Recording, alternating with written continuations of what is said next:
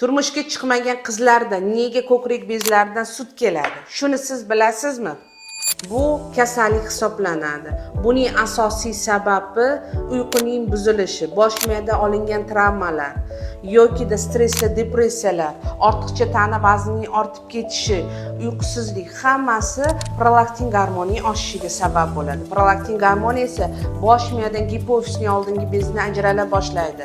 Sizni qizingiz jizzakilik, asabiylik, yig'loqlik, odammovi bo'lib qoladi va eng asosiysi hayot siklining buzilishi, tartibsiz kelishi, uzoq vaqt kelishi, 45 kun, 50 kunlab kelmasligiga shikoyat qiladi va asosan ularda tana tuzilishining o'zgarishi, qorin sohasida, bel sohasida semirib ketishi, erkek tuklarining ko'payishiga olib keladi. Eng asosiy asorati esa uning kelajakda ona bo'lishiga salbiy ta'sir qiladi. Shuning uchun aziz ayollar, agar shunday shikoyatlar bo'lsa, yuqorida aytib o'tilgan albatta ginekolog ko'rikka kelishingiz shart.